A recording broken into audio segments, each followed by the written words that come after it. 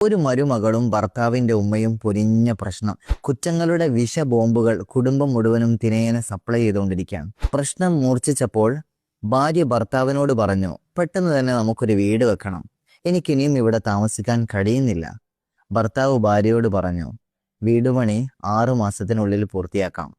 പക്ഷേ പുതിയ വീട്ടിലേക്ക് മാറണമെന്നുണ്ട് എങ്കിൽ കുടുംബത്തിൽ എല്ലാവരുടെയും മുമ്പിൽ ഉമ്മാനെ വെറുപ്പിച്ചു പോയാൽ നമുക്ക് ചീത്തപ്പേര് കിട്ടും. അതുകൊണ്ട് ഉമ്മയെ നന്നായി സ്നേഹിക്കണം. മറ്റു മരുമക്കളെക്കാൾ ഉമ്മാക്ക് നിന്നോടായിരിക്കണം സ്നേഹം. 6 മാസം സ്നേഹിച്ചാൽ മതിയല്ലോ. ഭാര്യ സമ്മതിച്ചു. 6 മാസത്തിന് ശേഷം വീട് പണി പൂർത്തിയായി. ഹൗസ് വാമിംഗ് നാളെയാണ്. ഭർത്താവ് ഭാര്യയോട്, എന്നാൽ നമുക്ക് പോവല്ലേ? ഭാര്യ, എനിക്ക് നിങ്ങളോട് ഒരു കാര്യം പറയാനുണ്ട്. നമുക്ക് ഉമ്മാനെയും കൂടെ കൊണ്ടുപോയാലോ? ഇപ്പൊ എന്താണ് സംഭവിച്ചത്?